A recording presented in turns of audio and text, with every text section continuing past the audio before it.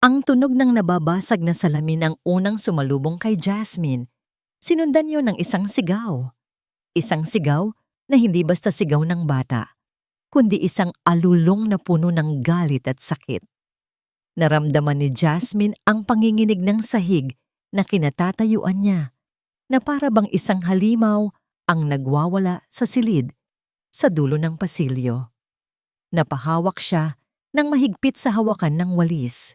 Naninikip ang dibdib niya at ang bawat tibok ng kanyang puso ay isang malakas na dagundong sa kanyang tainga. Huwag, Jasmine. Huwag kang makialam. Paulit-ulit na bulong ng isip niya. Kailangan mo ang trabahong to. Higit sa lahat, kailangan mo ito. Naalala niya ang mukha ng kanyang ina, ang mga reseta ng gamot na nakatambak sa maliit nilang lamesa, ang mga kapatid niyang nag-aaral pa. Ang sahod dito bilang isang simpleng tagalinis sa mansyon ng mga Brown ay sapat na para sagipin silang lahat. Hindi niya pwedeng isugal iyon. Rule number 1. And this is the only rule that matters, Miss Clark. Ang malamig na boses ni Mrs. Ellen, ang head housekeeper, ay umalingaw-ngaw sa kanyang isipan. Nakatayo sila noon sa grand staircase at ang bawat salita ng matandang babae ay parang isang utos na isinulat sa bato.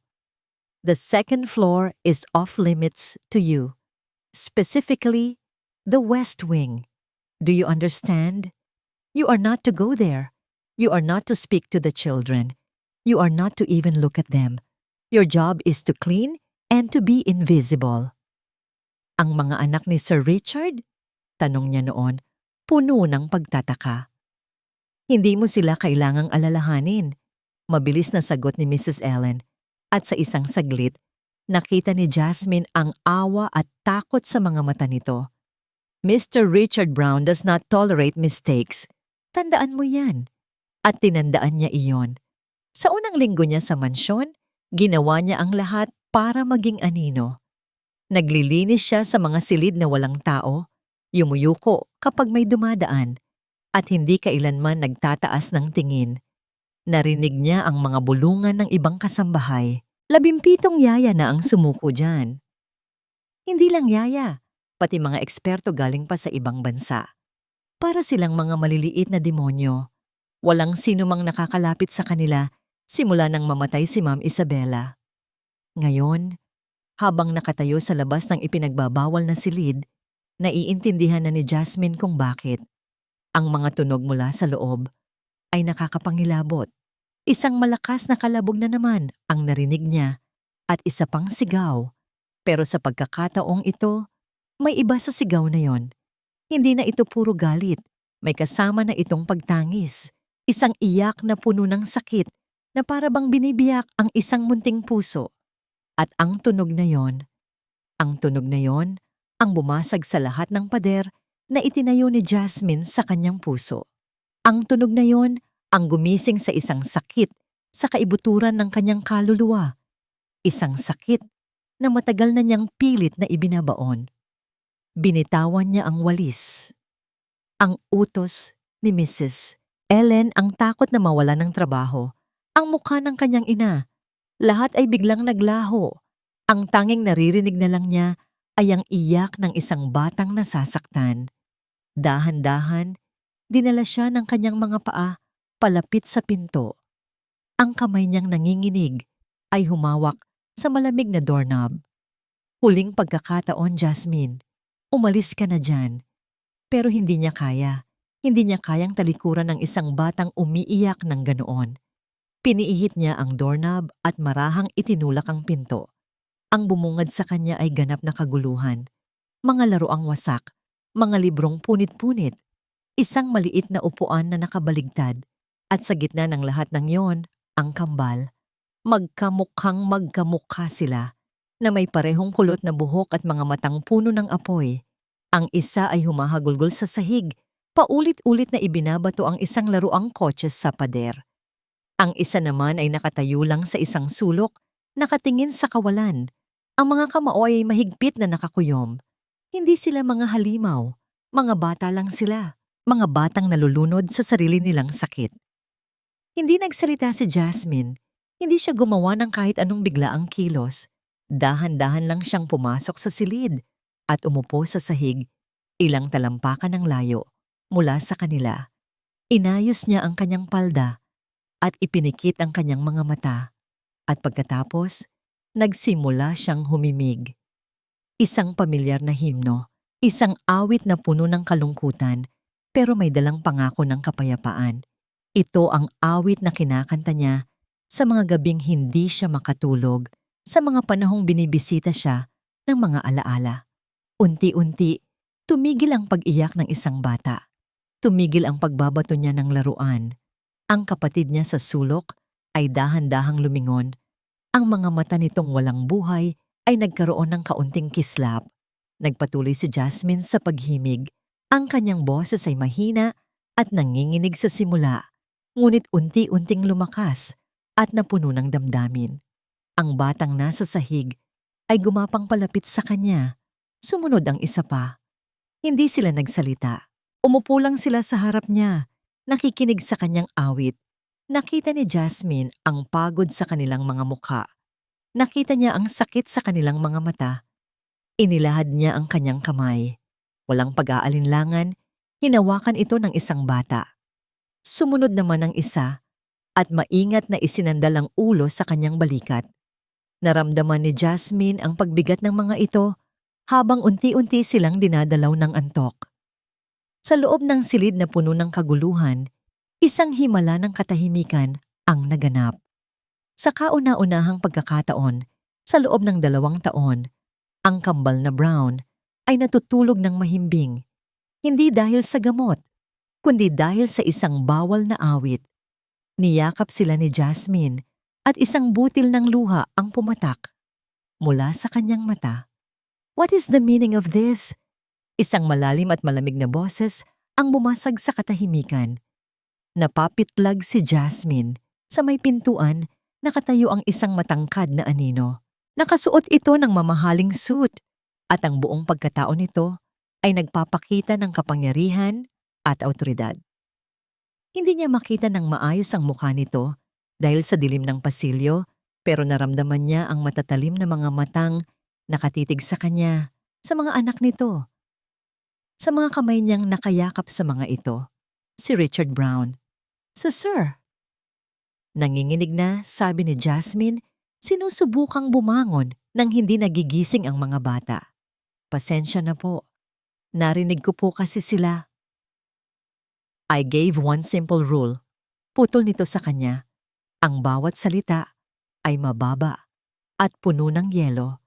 Lumakad ito palapit at sa wakas ay natanglawan ng ilaw ang mukha nito. Isang mukhang maaaring maging napakagwapo kung hindi lang ito napupuno ng galit at pagod. Itinuro nito ang pinto. "You're fired." Napatanga si Jasmine, hindi makapaniwala sa narinig. "Get out of my house." Ang mga salita ay tumama sa kanya na parang sampal. "Now." Pinanood ni Richard ang pag-alis ni Jasmine Clark. Bawat hakbang nito palayo sa mansyon ay tila isang pagbigat sa hangin sa loob ng kanyang dibdib. Isang parte sa kanya ang nagsasabing, tama ang ginawa niya. Rules are rules. Ang mga pader na itinayo niya sa paligid ng kanyang mga anak ay may dahilan para sa proteksyon nila.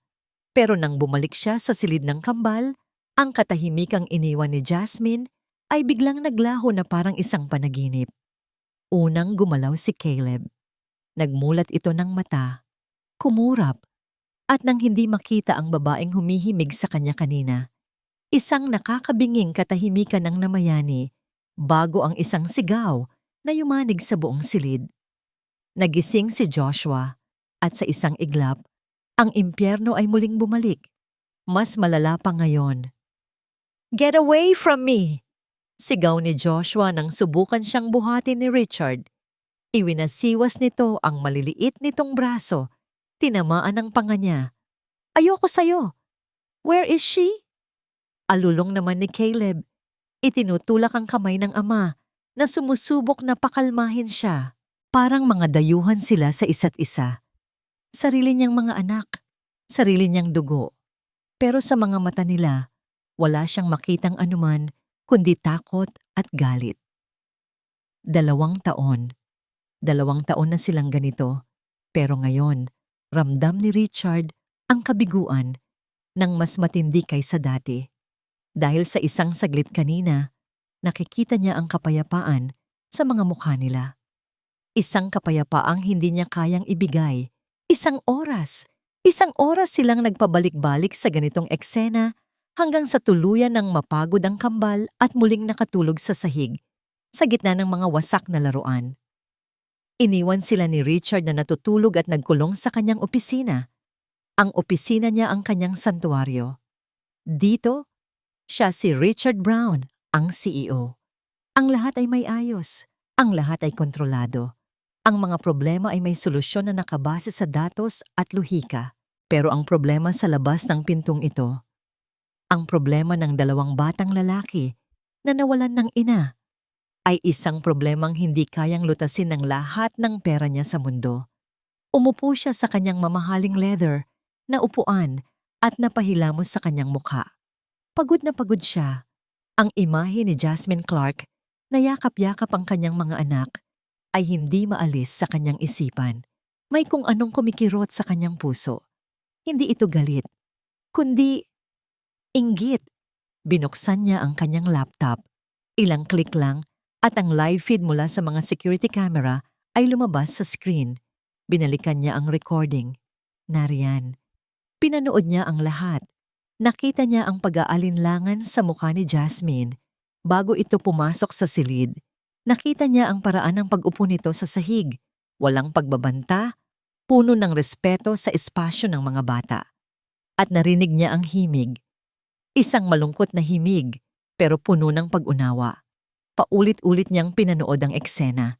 Hindi niya tinitingnan ang mga anak niya. Nakatutok ang mga mata niya kay Jasmine. Nakita niya ang bahagyang panginginig ng mga labi nito habang umaawit. Nakita niya ang sakit sa mga mata nito. Isang sakit na tila pamilyar. Isang sakit na katulad ng sakit na itinatago niya sa likod ng kanyang mga mamahaling suit at malamig na ekspresyon. Ang mga therapist, ang mga child psychologist, ang mga behavioral expert, lahat sila ay pumasok sa silid na yon na may dalang mga teorya at solusyon. Tiningnan nila ang kanyang mga anak bilang mga sirang bagay na kailangang ayusin. Pero si Jasmine, hindi niya sinubukang ayusin ang mga ito. Umupo lang siya, kasama nila sa gitna ng kanilang kaguluhan. Hindi niya sinubukang patahanin sila. Binigyan niya sila ng katahimikang mahahanap sa gitna ng kanilang sakit. Pinatay ni Richard ang monitor. Ang katahimikan sa kanyang opisina ay biglang naging nakakabingi. Ang pagiging CEO niya, ang pagiging bilyonaryo niya, lahat ng yon ay walang kwenta. Sa huli, isa lang siyang ama, isang amang bigo. Tumayo siya. Ang kanyang pagmamataas ay sumisigaw sa loob niya. Sinasabing huwag niyang gawin ito. Pero ang desperasyon ng isang ama ay mas malakas. Mabilis niyang tinungo ang pinto. Mrs. Ellen, tawag niya sa head housekeeper na nakasalubong niya. I need Jasmine Clark's address. Hindi na nagulat ang matandang babae.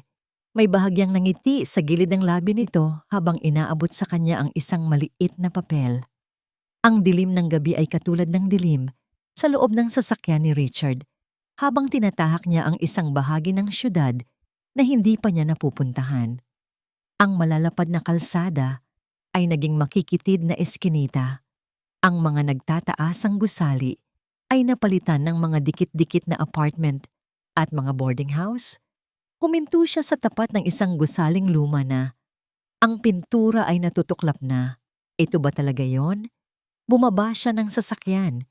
Ang mamahalin niyang sapatos ay tumapak sa basag-basag na semento. Ang hangin ay iba rito. Amoy lupa, amoy buhay. Kumatok siya sa pinto na may numerong nakasulat sa papel.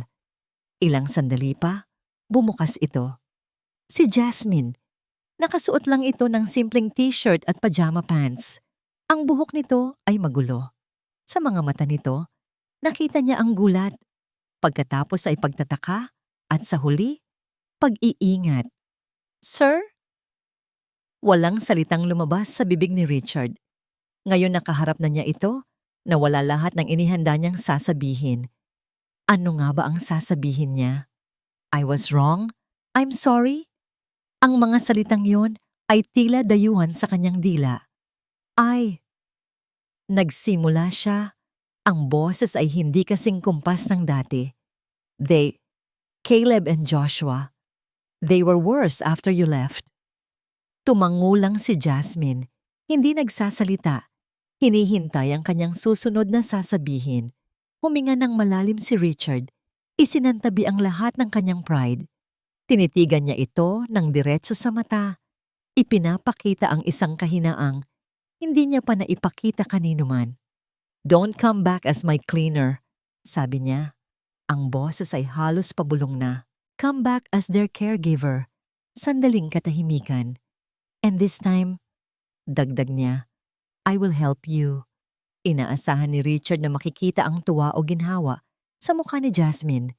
Pero ang nakita niya ay isang kalmadong titig. Isang titig na may halong sakit at pagdududa. Bakit ko pagkakatiwalaan ang isang taong tinanggal ako sa trabaho dahil sa pagpapakita ng kabutihan? Tanong nito. Ang bawat salita ay mahinahon pero tumatagos hanggang sa kanyang kaluluwa. Ang tanong ni Jasmine ay binitin ng katahimikan ng gabi. Tinitigan niya si Richard Brown, hindi bilang isang bilyonaryong amo, kundi bilang isang lalaki. Isang lalaking nasa dulo na ng kanyang pasensya. Nakita niya sa mga mata nito ang pagod na hindi kayang itago ng mamahaling damit. Nakita niya ang pagkatalo sa paraan ng pagbagsak ng mga balikat nito. Because I'm out of options, sagot ni Richard.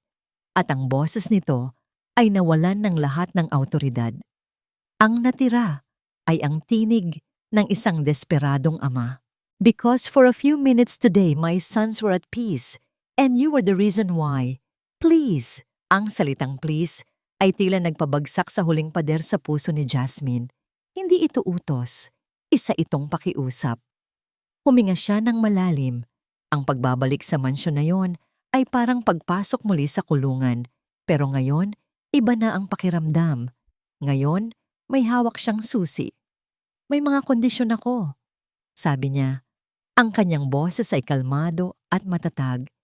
Nagtaas ng tingin si Richard. Bakas ang gulat, pero handang makinig. Una, sabi ni Jasmine, gagawin ko ang mga bagay sa paraan ko. Wala nang mga bawal na pinto. Wala nang mga bawal na salita. Kung sa tingin ko ay kailangan nilang marinig ang isang awit, aawitin ko yon. Mabilis na tumango si Richard. Agreed. Pangalawa, nagpatuloy siya. Tinititigan ito ng diretso sa mata. Hindi mo ako iiwanang mag-isa sa kanila. Kailangan nandoon ka. Kailangan nilang makita ang ama nila. Hindi lang ang pera niya. Natigilan si Richard. Ang kondisyong yun ay tila mas mahirap para sa kanya kaysa sa pagpirma ng ₱1,000,000 kontrata. Pero pagkatapos ng ilang saglit, tumango siyang muli. Mas mabagal sa pagkakataong ito. I will try. Hindi try, pagtatama ni Jasmine. You will be there. Isang mahabang katahimikan ang namayani bago isang salita ang lumabas sa bibig ni Richard. Okay. Kinabukasan, ang pagbabalik ni Jasmine sa mansyon ay kakaiba. Si Mrs. Ellen ay sumalubong sa kanya na may ngiti. Ang ibang kasambahay ay nakatingin sa kanya ng may paghanga at pagtataka. Hindi na siya isang anino. Ang unang araw niya bilang caregiver ay nagsimula sa katahimikan. Hindi niya pinilit lapitan ng kambal. Sa halip, pumasok siya sa playroom nila. Umupo sa isang sulok na may dalang libro at nagsimulang magbasa ng malakas. Ang boses niya ay mahinahon, parang isang alon na dahan-dahang humahampas sa dalampasigan. Sa simula, hindi siya pinansin ni Caleb at Joshua. Nagpatuloy sila sa paglalaro. Nang magkahiwalay, nagbabanggaan paminsan-minsan, pero walang nagsasalita. Pero unti-unti, naramdaman ni Jasmine na nakikinig sila. Bumabagal ang kanilang mga galaw. Ang mga mata nila ay pasulyap-sulyap sa direksyon niya. Ilang oras ang lumipas ng ganoon.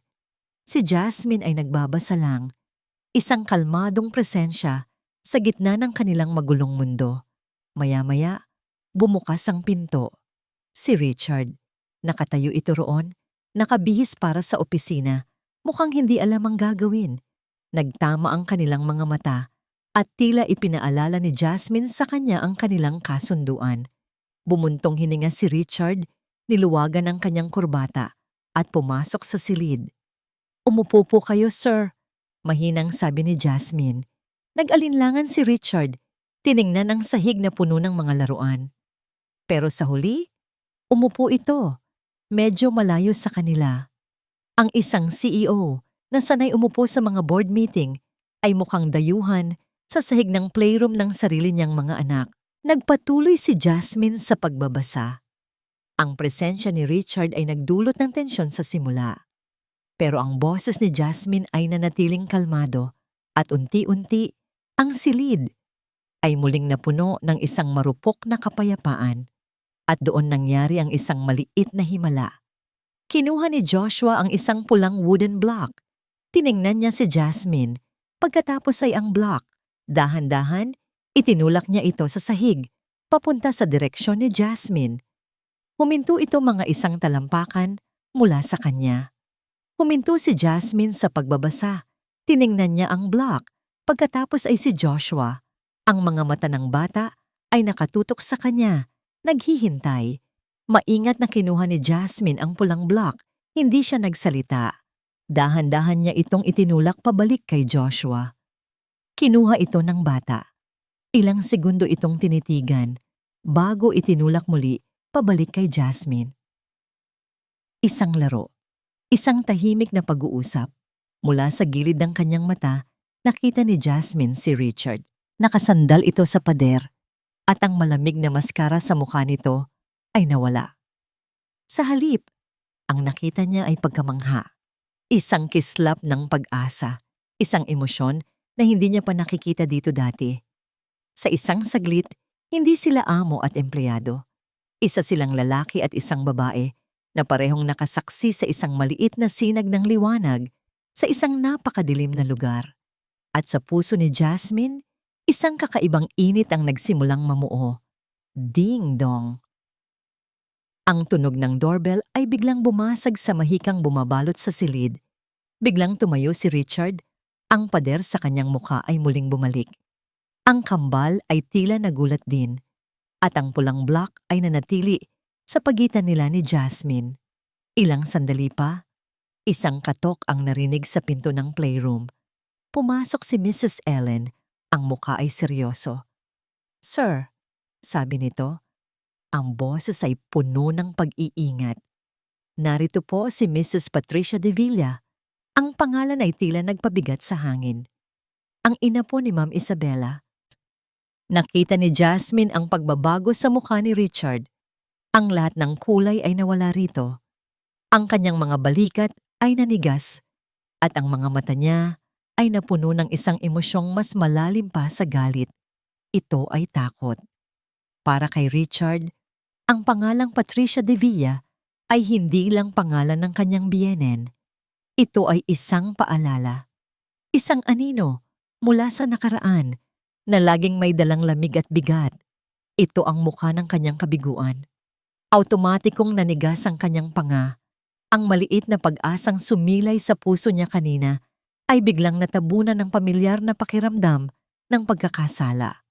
"Let them in," utos niya kay Mrs. Ellen. Ang boses ay bumalik sa pagiging malamig at walang emosyon.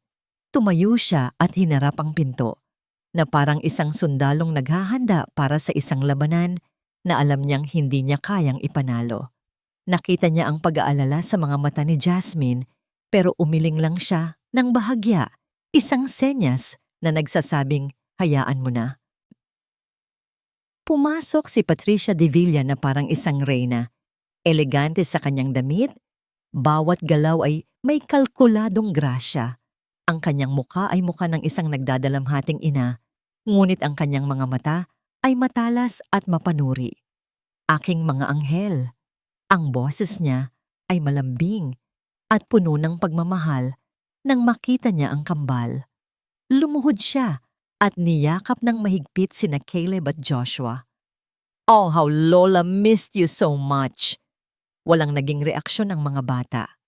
Nananatili silang tahimik sa yakap nito, parang mga manikang walang buhay. Tumingala si Patricia at ang mga mata nito ay dumapo kay Jasmine na tahimik na nakatayo sa isang sulok. Ang ngiti sa mga labi ni Patricia ay hindi umabot sa kanyang mga mata.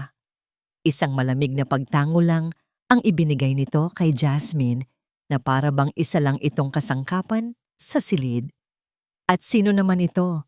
tanong ni Patricia. Ang tingin ay bumalik kay Richard. "She's the new caregiver, Patricia." "Si Jasmine," sagot ni Richard, pinipilit na maging formal. "Caregiver?" ulit ni Patricia, may bahid ng pagdududa sa kanyang tono. "Akala ko ba ay mga specialist na ang tinitingnan natin? This is a very delicate situation, Richard."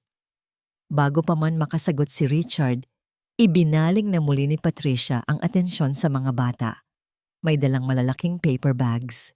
"Look what Lola brought for you." Mula sa mga supot, inilabas niya ang mga mamahalin at maiingay na laruan. Isang robot na nagsasalita, isang kotseng de control. Ang katahimikang pinaghirapang buuin ni Jasmine kanina ay agad na nabasag ng mga artipisyal na tunog at kumukutitap na ilaw. Pansamantalang nakuha ang atensyon ng kambal, pero walang tuwa sa kanilang mga mukha. Mayroon lang pagkagambala. Ang hapunan ng gabing iyon ay isang pagsubok sa pasensya ni Richard. Iginiit ni Patricia na sumabay sa kanila si Jasmine, hindi dahil sa kabaitan, kundi para masuri niya ito ng mas malapitan. Bawat kilos ni Jasmine ay tila inoobserbahan. Alam mo, noong nabubuhay pa si Isabella, simula ni Patricia habang hinihiwa ang kanyang pagkain. Laging star-shape ang hiwa niya sa sandwich ng mga bata. It was their favorite. Simple things, you know? But it shows a mother's touch.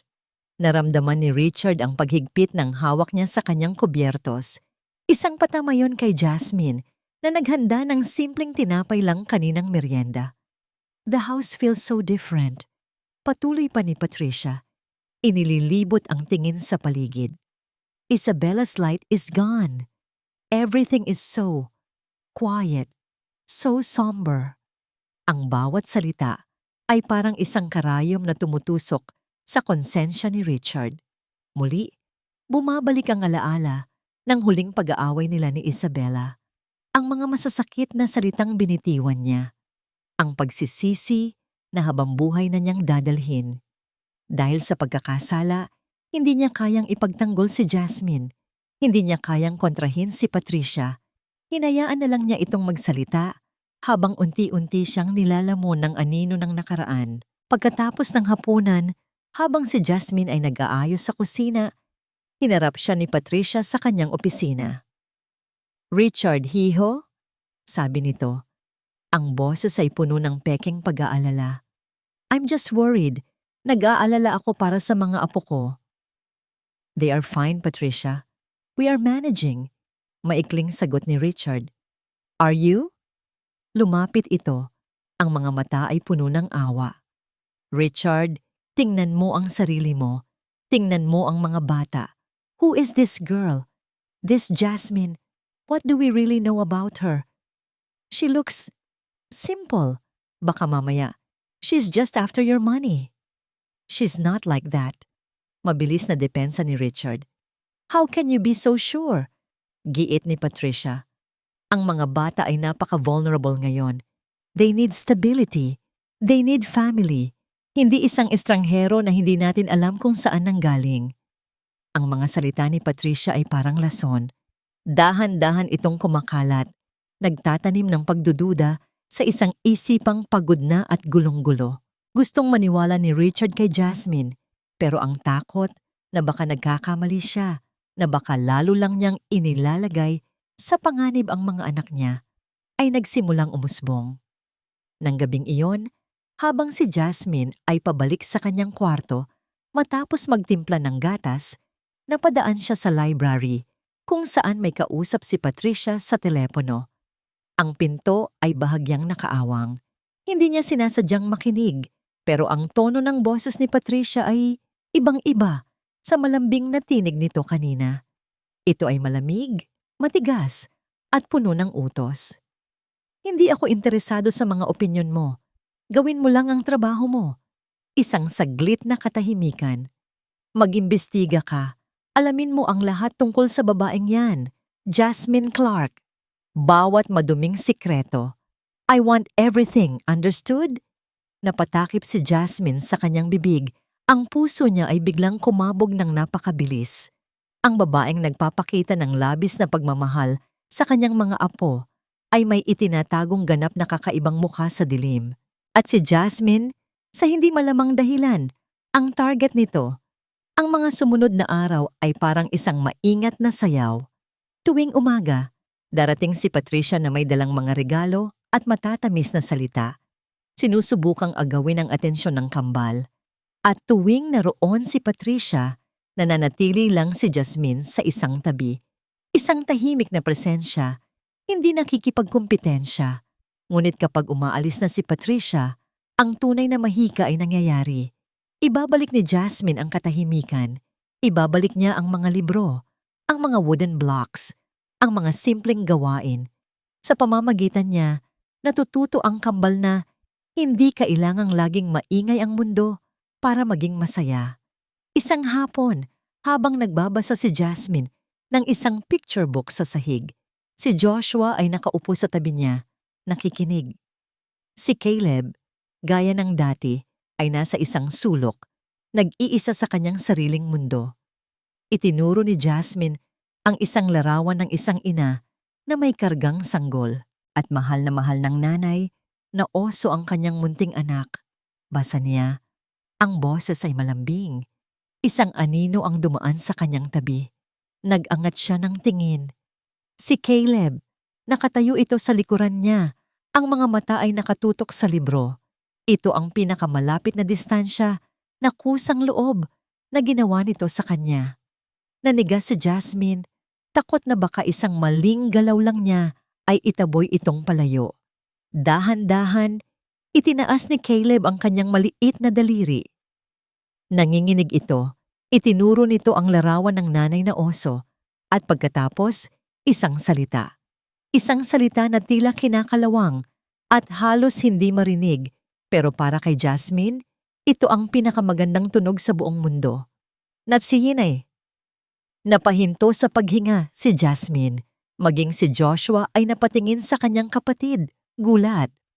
Tumingin si Caleb kay Jasmine. Ang mga mata nito ay puno ng kalituhan at sakit, na parabang nagtatanong, parabang naghahanap ng isang bagay na matagal nang nawawala. Hindi alam ni Jasmine kung ano ang sasabihin. Sa halip, ngumiti lang siya. Isang ngiting puno ng pag-unawa at marahang tumango. Iyon lang, walang salita, walang yakap. Isang simpleng pagtanggap lang sa nararamdaman ng bata. Nang gabing iyon, hindi mapigilan ni Jasmine na ibahagi ang nangyari kay Richard. Natagpuan niya ito sa veranda, nakatingin sa madilim na hardin, hawak ang isang baso ng alak. "Sir," tawag niya, "may sasabihin po ako." Nang ikwento niya ang tungkol kay Caleb, nakita niya ang unti-unting pagbabago sa mukha ni Richard. Ang tensyon sa panga nito ay lumuwag. Ang bigat sa mga mata nito ay bahagyang gumaan. He said that? Tanong ni Richard hindi makapaniwala. Tumango si Jasmine, isang malawak na ngiti ang sumilay sa kanyang mga labi. Hindi napigilan ni Richard ang sarili. Isang maliit na ngiti rin ang gumuhit sa kanyang mukha. Isang tunay na ngiti, hindi pilit. Sa isang saglit, ang bilyonaryong CEO ay nawala. Ang natira ay isang ama na nakarinig ng magandang balita tungkol sa kanyang anak. "Thank you, Jasmine," sabi niya, at ang mga salita ay puno ng sinseridad. "Thank you." Umupo sila roon sa katahimikan, komportable sa presensya ng isa't isa. Maya-maya, nagsimulang pumatak ang ulan. Mahina sa simula, hanggang sa bumuhos ito ng malakas. Sinasabayan ng malalakas na kulog at matatalim na kidlat. Ilang sandali pa, isang sigaw ang narinig nila mula sa itaas. Sabay silang napatakbo paakyat. Sa silid ng kambal, nakita nila si Caleb at Joshua na magkayakap sa gitna ng kama, nanginginig sa takot sa bawat dagundong ng kulog. Walang pag-aalinlangan, lumapit si Jasmine at umupo sa gilid ng kama. Sumunod naman si Richard, umupo sa kabilang panig. Sabay nilang hinaplos ang likod ng mga bata, mga kamay na nagbibigay ng kapanatagan. "It's okay," bulong ni Jasmine. "It's just the sky crying. It will stop soon." "I'm here," sabi naman ni Richard. Ang boses ay mahina at nag-aalangan. Pero nandoon, "Daddy's here!" Sa gitna ng malakas na bagyo sa labas, sa loob ng silid na yon, isang pamilya ang dahan-dahang nabubuo. Hinintay nila hanggang sa muling makatulog ang kambal. Ang kanilang paghinga ay malalim at payapa na. Sabay silang bumalik sa veranda. Humina na ang ulan. Ang hangin ay malamig at sariwa. "I feel like I'm failing them every single day." Biglang pag-amin ni Richard, ang tingin ay nasa malayo. "I give them everything they could ever want, but I can't give them the one thing they need." "Hindi po kayo nag-iisa sa pakiramdam na yan," mahinang sagot ni Jasmine. Iniisip ang sarili niyang nakaraan. Minsan, ang pagmamahal ay hindi sapat para iligtas ang isang tao. Naramdaman ni Richard ang bigat sa mga salita ni Jasmine. Lumingon siya rito. Nakita niya ang lungkot sa mga mata nito. Isang lungkot na sumasalamin sa sarili niyang kaluluwa. "You've been hurt too, haven't you?" Tanong niya, hindi na bilang amo, kundi bilang isang taong nakakakita ng kapwa-taong nasasaktan. Tumango lang si Jasmine, hindi makapagsalita, ayaw na muling buksan ang sugat. Ang katahimikan sa pagitan nila ay hindi na nakakailang. Puno ito ng mga hindi sinasabing salita, ng mga parehong sakit. Ang distansya sa pagitan nila ay unti-unting nawawala. Dahan-dahan, inilapit ni Richard ang kanyang mukha sa kanya. Nakita ni Jasmine ang sarili niyang refleksyon sa mga mata nito. Nakita niya ang pag-aalinlangan, ang tanong, ang pagnanais na makahanap ng koneksyon. Hindi siya umiwas. Ipinikit niya ang kanyang mga mata. Hinihintay ang isang bagay na hindi niya inaasahan. Isang bagay na parehong nakakatakot at tama. Ang kanyang labi ay bahagyang nakaawang. Ang pag-asa at takot ay naghahalo sa kanyang dibdib. Malapit na. Isang pulgada na lang ang pagitan. Ring! Ring! Ang matinis na tunog ng cellphone ni Richard ay bumasag sa mahika. Nagulat silang pareho, mabilis na lumayo sa isa't isa na parabang napaso. Kinuha ni Richard ang kanyang telepono. Ang mukha ay nagpapakita ng inis. Ngunit nang makita niya kung sino ang tumatawag, ang inis ay napalitan ng pag-aalala. "Hello, Attorney Sanchez?" Sagot niya. Nakinig siya sa kabilang linya. Napanood ni Jasmine kung paano unti-unting nanigas ang kanyang mukha, kung paano nawala ang lahat ng init sa kanyang mga mata at napalitan ng yelo. Ibinaba niya ang telepono. Ang titig niya ay blangko, nakatingin sa kawalan. "Jasmine," sabi niya. Ang boses ay halos hindi marinig. "Anong nangyari?" "Richard," sabi nito. Ang boses ay nanginginig sa galit na hindi niya maintindihan. "We have a problem." Huminga ito ng malalim at nang muli itong tumingin sa kanya, ang nakita ni Jasmine ay purong takot.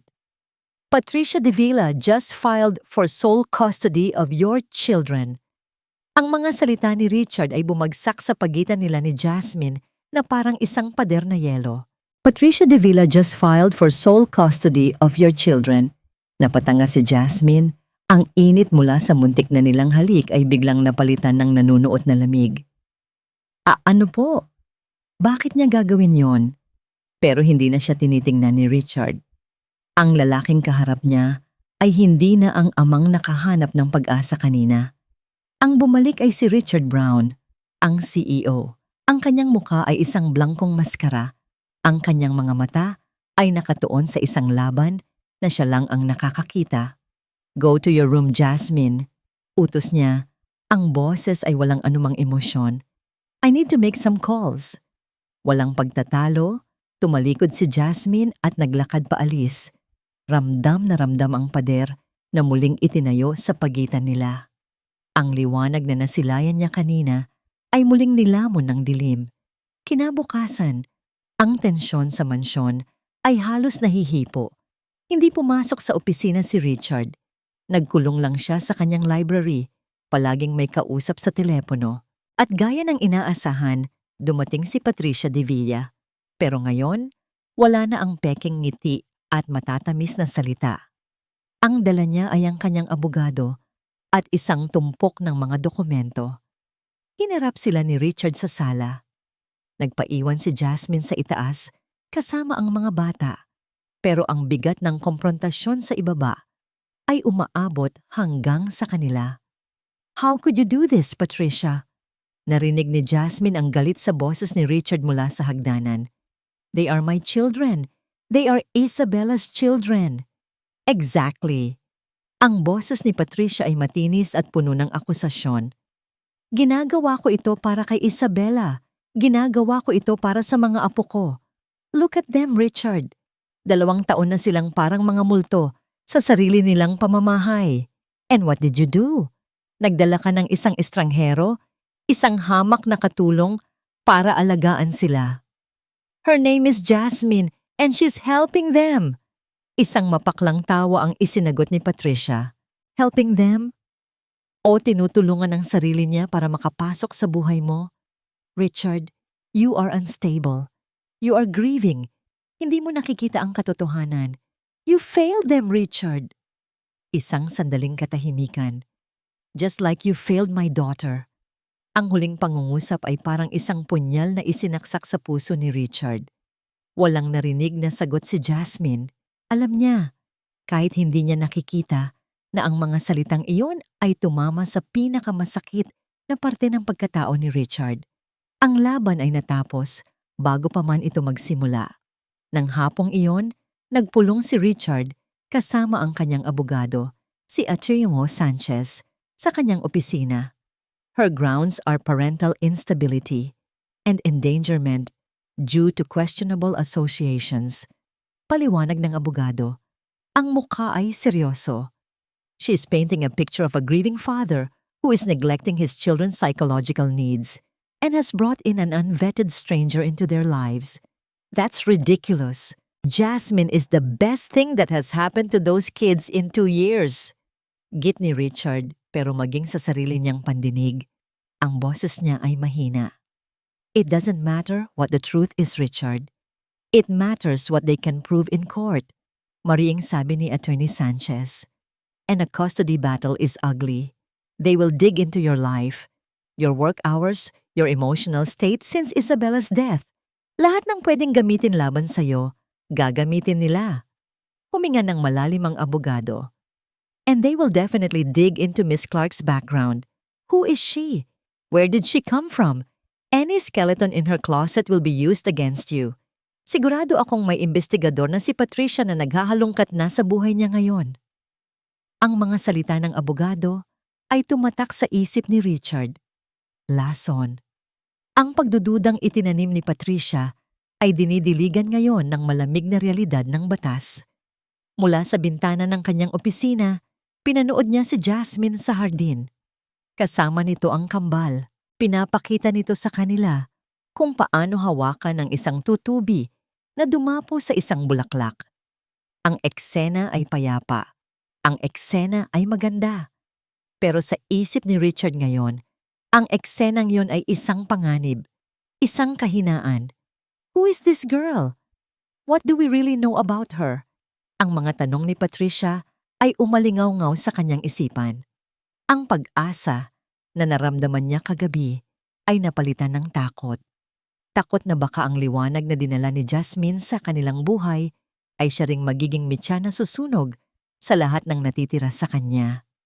Kinagabihan, pagbalik ni Richard sa kanyang opisina matapos ihatid sa tulog ang mga bata, may napansin siyang isang plain brown na sobre sa ibabaw ng kanyang lamesa. Walang pangalan, walang anumang marka. Hindi ito galing sa kanyang mga staff. Binuksan niya ito ng may pag-iingat. Sa loob, isang litrato lang ang laman. Isang litrato ni Jasmine. Nakatayo ito sa harap ng isang maliit na puntod sa isang sementeryo. Ang mukha nito ay basang-basa sa luha. Ang buong katawan ay nanginginig sa sakit na tila hindi kayang dalhin. Ito ay isang imahe ng ganap na pagkasira ng loob. Sa ilalim ng litrato, may isa pang kapirasong papel. May nakasulat dito gamit ang makinilya. Alam mo ba kung sino talaga ang pinapasok mo sa bahay mo? Ang litrato ay parang isang piraso ng yelo sa mga kamay ni Richard. Malamig, matalim. Paulit-ulit niyang tiningnan ito. Sinusubukang unawain ang nakikita. Ang babae sa litrato ay si Jasmine, pero ang sakit sa mukha nito ay isang bagay na hindi pa niya nakikita dati. Isang sakit na mas malalim pa sa lungkot. Isang sakit na sumisira ng kaluluwa. Alam mo ba kung sino talaga ang pinapasok mo sa bahay mo? Ang mga salita ay gumuguhit sa kanyang isipan, nagtatanim ng lason. Ang takot na sinamahan ng pagdududa ay isang mapanganib na kombinasyon. Hindi siya nakatulog ng gabing iyon. Hinintay niya ang pagsikat ng araw. Ang litrato ay nasa tabi niya. Isang tahimik na banta. Kinabukasan, kinausap niya si Jasmine sa library. Isinara niya ang pinto. Ang hangin sa pagitan nila ay mabigat. Jasmine! Simula niya, sinusubukang kontrolin ang kanyang boses. May kailangan kang malaman. Tungkol po sa kaso? Mahinang tanong ni Jasmine. Hindi lang tungkol doon, sagot ni Richard. Inilapag niya ang sobre sa lamesa sa pagitan nila. I received this last night. May pag-aalinlangan, kinuha ni Jasmine ang sobre. Nang ilabas niya ang litrato, isang kinikim-kim na paghinga ang kumawala mula sa kanya. Ang kulay sa kanyang mukha ay biglang nawala. Ang kanyang mga kamay ay nagsimulang manginig para siyang nakakita ng multo. Ang multo ng kanyang nakaraan. Saan niyo po ito nakuha? Tanong niya. Ang boses ay basag at puno ng takot. That's not the question, Jasmine, maring sabi ni Richard. Kahit na may kumikirot sa kanyang puso sa nakikita niyang reaksyon nito. The question is, what is this? Anong meron sa litratong ito na ginagamit nila laban sa akin? Hindi sumagot si Jasmine. Yumuko lang siya. Ang mga balikat ay nanginginig. Ang katahimikan ay nagtagal. At sa bawat segundong lumilipas, ang pagdududa sa puso ni Richard ay lalong lumalaki. Jasmine, talk to me! Giit niya. Ang boses ay tumaas na. My children's future is on the line. I need to know what I'm dealing with. Patawad po. Hagulgol ni Jasmine. Ang mga luha ay sunod-sunod nang pumatak sa kanyang mga kamay. Patawad po, sir. Don't say sorry. Just tell me the truth. Huminga ng malalim si Jasmine. Pinipilit na kumalma. Nang muli siyang mag-angat ng tingin, ang nakita ni Richard ay isang babaeng basag na basag ang puso. Anak ko po iyan, sabi niya. Ang boses ay halos pabulong. Ikinumpas niya ang nanginginig niyang kamay patungo sa litrato. Ang puntod na yan. Puntod po yan ng anak ko. Natigilan si Richard. Ang lahat ng galit at pagdududa sa kanyang sistema ay biglang naglaho, napalitan ng isang alon ng pagkabigla at hiya. He was only 2 years old. Nagpatuloy si Jasmine. Ang mga salita ay hirap na hirap lumabas sa pagitan ng kanyang mga hikbi. Si Marco. Nagkaroon siya ng malubhang sakit sa puso. Ibinenta ko ang lahat ng ari-arian namin sa probinsya. Nangutang ako sa lahat ng kakilala ko. Pero hindi po naging sapat. Namatay siya sa mga braso ko. Ang bawat salita ay parang isang suntok sa sikmura ni Richard. Ang himnong kinanta ko sa mga anak ninyo, sabi pa ni Jasmine. Iyon po ang palagi kong kinakanta sa kanya kapag hindi siya makatulog dahil sa sakit. Iyon lang po ang tanging nakakapagpakalma sa kanya. Sa wakas, Naintindihan na ni Richard ang lahat. Ang kakaibang lungkot sa mga mata ni Jasmine. Ang paraan ng pag-aalaga niya sa kambal na tila may pinaghuhugutan. Ang sakit na nakita niya sa mga mata nito noon sa veranda. Hindi iyon basta lungkot. Iyon ay pagdadalamhati ng isang ina. Jasmine ay walang masabi si Richard. Ang bigat ng sarili niyang pagkakasala ay dumoble. I'm so sorry. Bago pa man siya makalapit para aluin ito, bumukas ang pinto ng library. Si Mrs. Ellen, ang mukha ay balisa. May hawak na tablet. Sir Richard, I think you need to see this. Ipinakita nito ang screen. Isang online gossip website. At sa front page, isang malaking litrato ni Richard at Jasmine na kuha mula sa malayo habang nasa hardin sila. Ang headline ay nakakapanlumo. Grieving billionaire Richard Brown finds comfort in the arms of a mysterious nanny with a tragic past. Ang article ay puno ng mga kalahating katotohanan at malisyosong insinuasyon. Pinalabas nito na si Richard ay isang pabayang ama na mas inuuna ang kanyang bagong pag-ibig kaysa sa pagdadalamhati ng kanyang mga anak. At si Jasmine ay inilarawan bilang isang oportunistang may kaduda-dudang background. Patricia, bulong ni Richard, ang mga kamao ay nakakuyom. Ito na ang simula ng pag-atake sa publiko. Tila sinadya, ilang sandali pa, pumasok si Patricia de Villa sa library. Ang mukha niya ay puno ng pekeng pag-aalala.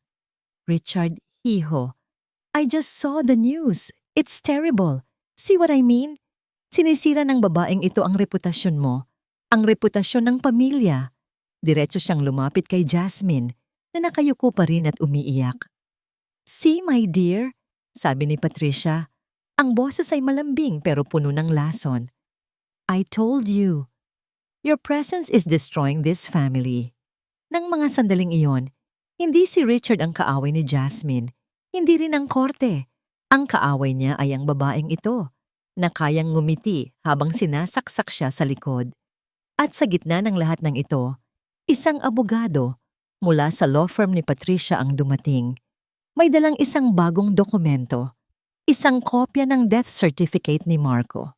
At kasama nito, isang psychological evaluation report, halatang peke, na nagsasabing si Jasmine Clark ay dumaranas ng replacement obsession at ginagamit niya sina Caleb at Joshua para punan ng butas na iniwan ng kanyang yumaong anak. Ang psychological report ay ang huling pako sa kabaong. Nakaupo si Richard sa loob ng silid pulungan ng kanyang abogado. Kaharap ang isang grupo ng mga legal expert. Ang mga papel ay nakakalat sa lamesa. Ang death certificate, ang pekeng report, ang mga artikulo mula sa gossip websites. Ang bawat isa ay isang armas na nakatutok sa kanya. This is bad, Richard, sabi ni Attorney Sanchez. Ang muka ay seryoso. Very bad. Ang report na ito, kahit na peke, ay magtatanim ng matinding pagdududa sa isip ng kahit sinong hukom.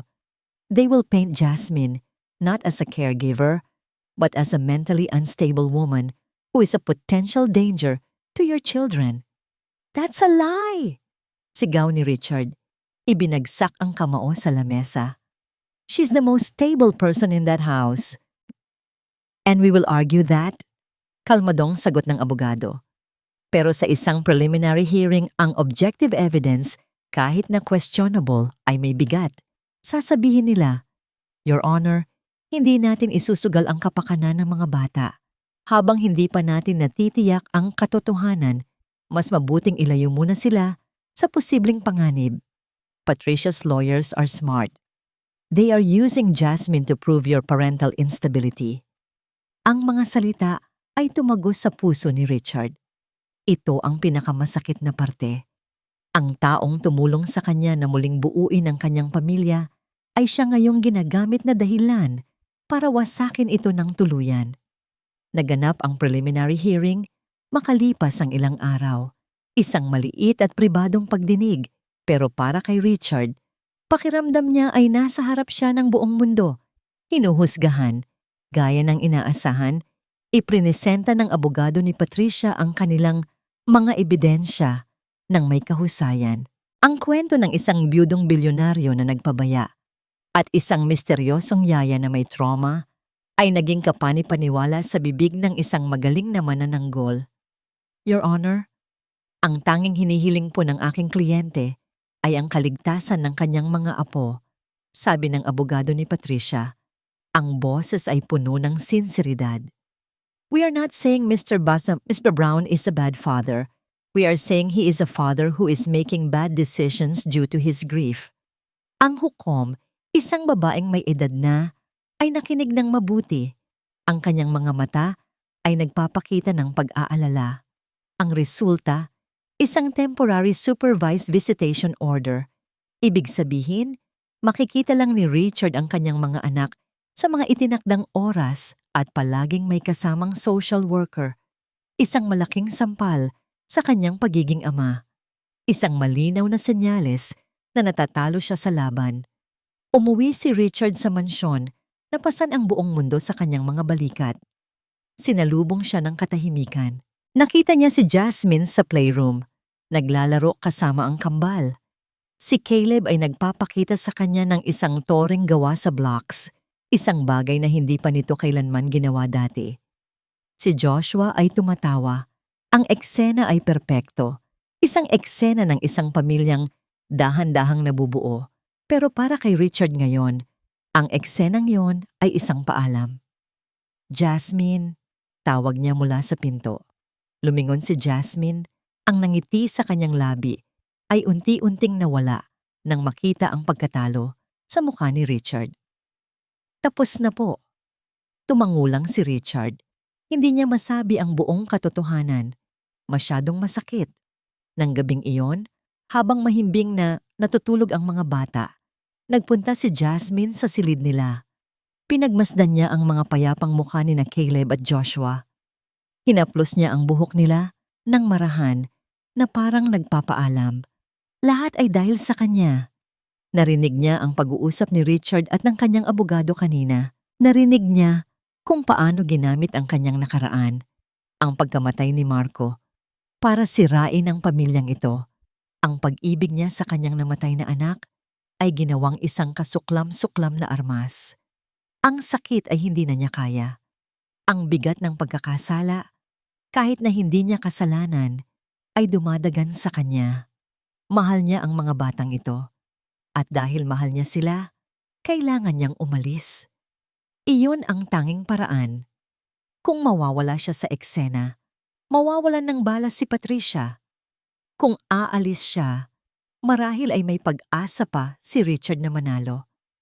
Tahimik siyang bumalik sa kanyang silid. Kinuha niya ang kanyang maliit na bag at inilagay ang iilang damit niya. Hindi na siya nag-iwan ng marami. Ang tanging kinuha niya ay ang alaala ng tawa ni Joshua at ang salitang nanay mula kay Caleb. Sa ibabaw ng kama ni Richard, iniwan niya ang isang maikling sulat. Isinulat sa isang kapirasong papel. Sir Richard, patawad po sa lahat ng gulo. Hindi ko po sinasadya. Kailangan kong gawin ito para sa mga bata. Para manalo po kayo. Alagaan niyo po sila. Jasmine! Bago sumikat ang araw, habang ang buong mansyon ay natutulog pa, tahimik na lumabas si Jasmine Clark. Walang lingon-likod. Bawat hakbang palayo ay isang patak ng luha, isang piraso ng kanyang puso na naiiwan. Nang magising si Richard, ang una niyang naramdaman ay ang kakaibang katahimikan. Bumangon siya at doon niya nakita ang sulat sa ibabaw ng kanyang kama. Mabilis niyang binasa ito. Ang puso niya ay kumakabog ng malakas. Ang mga salita ay simple, pero ang bigat ng sakripisyo ay tumama sa kanya ng buong lakas. No, bulong niya. No, no, no. Patakbo niyang tinungo ang silid ni Jasmine. Ang pinto ay nakaawang. Ang kama ay maayos na. Ang aparador ay bukas at walang laman. Wala nang bakas ng babaeng nagdala ng liwanag sa kanilang madilim na mundo. Napaluhod si Richard sa sahig, hawak ang sulat. Isang pakiramdam ng ganap na kawalan ang bumalot sa kanya. Hindi lang niya posibleng mawala ang kanyang mga anak. Ngayon, nawala na rin niya ang babaeng nagturo sa kanya kung paano muling umasa. Ang pag-alis ni Jasmine ay hindi nagdulot ng kapayapaan.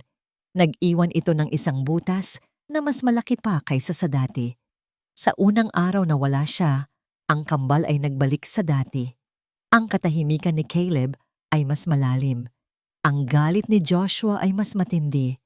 Paulit-ulit nilang hinahanap si Ate Jasmine at sa bawat pagkabigo, lalo lang silang nasasaktan. At sa bawat sigaw nila, parang sinasaksak ang puso ni Richard. Doon niya napagtanto ang lahat. Ang pagtatayo niya ng mga pader, ang pag-iwas niya sa sakit, ang pagtataboy niya kay Jasmine. Lahat ay mali. Ang ginawa ni Jasmine ay hindi pagiging isang panganib. Ang ginawa niya ay pagpapakita kung paano harapin ang sakit nang hindi nag-iisa. Siya ang tumayong tulay sa pagitan niya at ng kanyang mga anak. At ngayon, sinira niya ang tulay na iyon. Hindi na siya si Richard Brown, ang CEO. Siya ay si Richard, isang ama. At kailangan niya ng tulong. Kailangan niya si Jasmine. Hindi na siya nag-aksaya ng panahon. Inutusan niya ang kanyang mga tauhan na hanapin si Jasmine, ngunit wala silang makita. Tila naglaho ito. Isang lugar na lang ang hindi pa niya napupuntahan. Ang lugar kung saan nagsimula ang lahat. Ang probinsya nito. Habang nagmamaneho siya ng maraming oras, paulit-ulit na tumatakbo sa isip niya ang mga dapat niyang sabihin. Pero alam niyang walang salita ang sapat. Ang kailangan niya ay katotohanan. Natagpuan niya si Jasmine sa isang terminal ng bus, nakaupo sa isang bench, yakap-yakap ang kanyang maliit na bag. Mukha itong pagod at mas payat. Nang makita siya nito, gulat ang unang rumehistro sa mukha nito. Sinundan ng lungkot. "Anong ginagawa niyo rito, sir?" tanong ni Jasmine. Tumatayo na para umalis. "Jasmine, please, don't run away," pakiusap ni Richard. Hinaharangan ang daan nito. "Kailangan ko pong umalis," sabi ni Jasmine, hindi makatingin sa kanya. "Para po sa inyo, para sa mga bata." "No," maring sabi ni Richard. "You were wrong. I was wrong. Ang pag-alis mo ang sisira sa amin ng tuluyan. Pero ang kaso, to hell with the case," sigaw ni Richard. At ang mga tao sa paligid ay napatingin sa kanila. Ibinaba niya ang kanyang boses, puno ng pakiusap. "Jasmine, for 2 years I've been running. Tumatakbo ako mula sa sakit. Tumatakbo ako mula sa alaala niya. Tumatakbo ako mula sa sarili kong pagkakasala." Ito na yon, ang sandaling pinakatatakutan niya. Tumingin siya ng diretso sa mga mata ni Jasmine. Hinahayaan itong makita ang lahat ng sakit at pagsisisi na itinatago niya. The night Isabella died, nagsimula siya. Ang boses ay nanginginig. "We had a fight, a terrible fight. Sinabi kong mas inuuna ko ang kumpanya kaysa sa kanila. At totoo yon. Sinabi niyang hindi na niya ako kilala. Ang huling sinabi ko sa kanya, ang huling mga salita na narinig niya mula sa akin, ay then maybe you should just leave." "Di ako estamos." Isang luha ang pumatak sa pisngi ni Richard. Isang luhang 2 taon niyang kinimkim. Umalis siya ng bahay galit na galit at hindi na siya nakabalik. Halos pabulong na sabi niya, "It's my fault, Jasmine. Kasalanan ko. At araw-araw, dinadala ko yon. Hindi ko kayang tingnan ng mga anak ko nang hindi naaalala na ako ang dahilan kung bakit wala na silang ina." Niyakap niya si Jasmine. Hindi na napigilan ng sarili. Ang pag-amin ay parang isang mabigat na kadenang natanggal sa kanyang puso. "Hindi ko siya naprotektahan." Hagulgol niya sa balikat ni Jasmine. "At hindi ko rin maprotektahan ang mga anak ko nang walang tulong mo. Please, come back. Labanan natin ito ng magkasama." Umiiyak na rin si Jasmine. Niyakap niya si Richard pabalik. Sa wakas, naiintindihan na niya ang lalim ng sakit nito. Ang sakit niya at ang sakit ni Richard ay magkaiba. pero pareho silang sugatan. At marahil, sa pagtutulungan, kaya nilang hilumin ang isa't isa. Bumalik sila sa syudad, hindi bilang amo at empleyado, kundi bilang isang team, isang pamilya. Ang huling hearing ay naganap. Ang courtroom ay malamig at tahimik. Si Patricia De Villa ay nakaupo sa kabilang panig. Ang mukha ay puno ng kumpiyansa. Nang tawagin si Richard sa witness stand, hindi na siya ang takot na lalaki noon. Tumingin siya sa hukom, pagkatapos ay kay Jasmine na nakaupo sa likuran. Ikinuwento niya ang lahat. Ang kanyang sakit, ang kanyang pag-iwas, ang kanyang pagkakamali. Inamin niya ang kanyang kahinaan bilang isang ama. At pagkatapos, ikinuwento niya kung paano binago ni Jasmine ang lahat. Your Honor, totoo po na may dalang sakit si Jasmine Clark sa aming pamamahay. Ay, sabi ni Richard, ang boses ay matatag. Pero hindi iyon ang kumalat. Ang ipinakita niya sa amin ay hindi kung paano takasan ng sakit, kundi kung paano mabuhay kasama nito. Tinuruan niya ang mga anak ko na okay lang masaktan. At tinuruan niya ako na okay lang humingi ng tulong. Nagsimulang magsalita ang abogado ni Patricia. Handa nang kontrahin ang sinasabi niya, ngunit may isang biglaang pangyayari. Ang abogado ni Richard ay tumayo. Your Honor, we would like to present new evidence regarding Mrs. De Villa's true motivations for this custody case. Ipinakita niya ang mga dokumento. Isang kopya ng last will and testament ni Isabella at mga financial records na nagpapakita ng mga kahina-hinalang transaksyon. Nakasaad sa diwan ng testamento na kung mapapatunayang unfit si Richard, ang malaking trust fund para sa mga bata ay mapupunta sa pangangasiwa ni Patricia hanggang sa sila ay maging 18. Ang lahat ng ito ay isang malaking plano para sa pera. Namutla si Patricia. Ang hukom ay tiningnan ang mga dokumento. Ang mukha ay nagpapakita ng matinding pagkadismaya. Tumingin siya kay Patricia. Pagkatapos ay kay Richard. Handa na siyang magsalita. Ngunit bago pa man siya makapagsalita, isang maliit na boses ang bumasag sa katahimikan ng courtroom. Tumayo si Caleb mula sa kinauupuan nito sa likod. Sa tabi ni Jasmine, ang lahat ay napatingin sa kanya. Itinuro niya ang kanyang daliri, hindi sa kanyang ama, kundi kay Jasmine. At sa isang malinaw at malakas na boses na narinig ng lahat, gusto namin si Ate Jasmine, siya ang pamilya namin. Ang mga salita ni Caleb ay tumama sa courtroom na parang isang malakas na kulog. Sinusundan ng isang ganap na katahimikan, walang nangahas na gumalaw. Maging ang hukom ay natigilan, ang mga mata ay nakatuon sa maliit na batang lalaki na sa wakas ay natagpuan ng kanyang boses. Ang isang salita mula sa isang batang hindi nagsasalita sa loob ng 2 taon ay mas mabigat pa kaysa sa isang tumpok ng ebidensya. Nakita ni Richard ang pagkagapi sa mukha ni Patricia De Villa. Ang maskara ng isang nag-aalalang lola ay tuluyan ng gumuho at ang natira ay ang mukha ng isang babaeng natalo. Hindi lang sa kaso, kundi sa isang laban na siya mismo ang lumikha. Ang desisyon ng hukom ay mabilis at pinal. The case was dismissed. Buong-buo ang karapatan ni Richard sa kanyang mga anak. Nang matapos ang lahat, lumabas sila ng courtroom, sinalubong ng sikat ng araw. Agad na niyakap ni Richard ang kanyang mga anak. Isinubsob ang kanyang mukha sa buhok nila. Nilalanghap ang kanilang amoy. Sa kauna-unahang pagkakataon, hindi na niya nararamdaman ang bigat ng pagkakasala, kundi ang gaan ng pagpapatawad sa sarili. Lumapit sa kanya si Jasmine. Ang mga mata ay namumugto sa luha ng kaligayahan. Walang salitang namutawi. Niyakap lang niya ito. At sa yakap na yon, lahat ng sakit, lahat ng takot, lahat ng pag-aalinlangan ay naglaho. Sa harap ng batas, sa harap ng mundo, sila ay isang buo.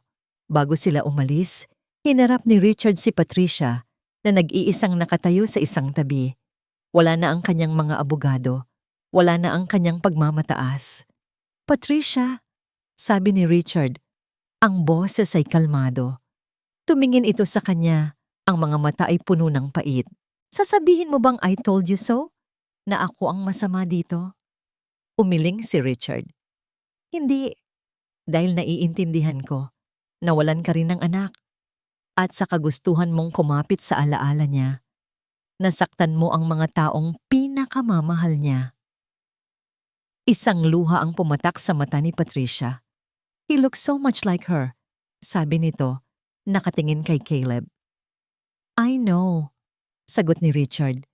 At sana, balang araw, makita mo siya hindi bilang pamalit kay Isabella, kundi bilang si Caleb, ang apo mo. Tumalikod si Richard at sumama na sa kanyang bagong pamilya, nag-iwan ng isang maliit na tulay para sa posibleng paghihilom sa hinaharap. POV. Jasmine. Makalipas ang ilang buwan, ang hangin ay amoy alat. Ang tunog ng mga alon na humahampas sa dalampasigan ay musika sa pandinig ni Jasmine. Nakaupo siya sa buhanginan, pinapanood sina Richard, Caleb at Joshua na nagtatampisaw sa tubig. Ang tawa ni Joshua ay malakas at malaya. Si Caleb ay hindi pa rin gaanong nagsasalita, pero ang ngangiti sa kanyang labi ay sapat na. Si Richard, iba na siya ngayon. Ang bigat sa kanyang mga balikat ay nawala. Ang mga guhit ng pag-aalala sa kanyang noo ay napalitan ng mga guhit ng ngiti. Kapag tinitingnan niya ang mga anak niya, hindi na sakit ang nakikita ni Jasmine sa mga mata nito, kundi purong pagmamahal. Lumapit ito at umupo sa tabi niya. Inabutan siya ng isang malamig na inumin. Masaya sila, sabi ni Richard, nakatingin sa mga bata. Masaya tayo, pagtatama ni Jasmine, nakangiti. Huminga ng malalim si Richard at pagkatapos ay lumingon sa kanya. Ang pagiging seryoso sa mukha nito ay nagpabilis sa tibok ng puso ni Jasmine. Jasmine, sabi nito, hindi ko na gustong maging amo mo. Napakunot ang noo ni Jasmine. Po? I don't want you to be their caregiver anymore. Paglilinaw nito. Ang kaba sa dibdib ni Jasmine ay lumaki. Aalisin na ba siya nito ngayon na maayos na ang lahat? Ngumiti si Richard na para bang nabasa niya ang kanyang iniisip. Kinuha nito ang kanyang kamay. Ang init nito ay nagpadala ng kuryente sa buong katawan niya. I want you to be my partner, sabi nito. Ang boses ay puno ng sinseridad. My partner in raising them, my partner in life. Gusto kong maging nanay ka nila, Jasmine. Kung papayag ka, gusto kong maging asawa kita. Ang mga salita ay parang isang panaginip. Ang mga luhang namuo sa kanyang mga mata ay hindi na dahil sa sakit, kundi sa purong kaligayahan. Hindi niya kailangang sumagot. Ang kanyang ngiti, ang kanyang pagtango, ang paraan ng paghigpit ng hawak niya sa kamay nito ay sapat na. Hinalikan siya ni Richard, isang halik na hindi na naputol ng anumang tawag o problema. Isang halik na puno ng pasasalamat, pangako, at isang bagong simula. Mula sa di kalayuan, tumatakbo palapit sina Caleb at Joshua. Daddy, Ate Jasmine, tulungan niyo kami. Sigaw ni Joshua. We're building a castle. Tumayo sina Richard at Jasmine, magkahawak kamay. Sinalubong nila ang mga bata. At doon, sa ilalim ng papalubog na araw, sa gilid ng dagat, magkakasama nilang binuo ang isang kastilyong buhangin. Marupok, maaaring tangayin ng alon anumang oras, pero alam nila na hanggat magkakasama sila, kaya nilang itayong muli ang kahit anong masira. Dahil ang pundasyon nila ay hindi nagawa sa takot at sakit, kundi sa pag-unawa, katatagan, at pag-ibig na naghilom sa isang wasak na pamilya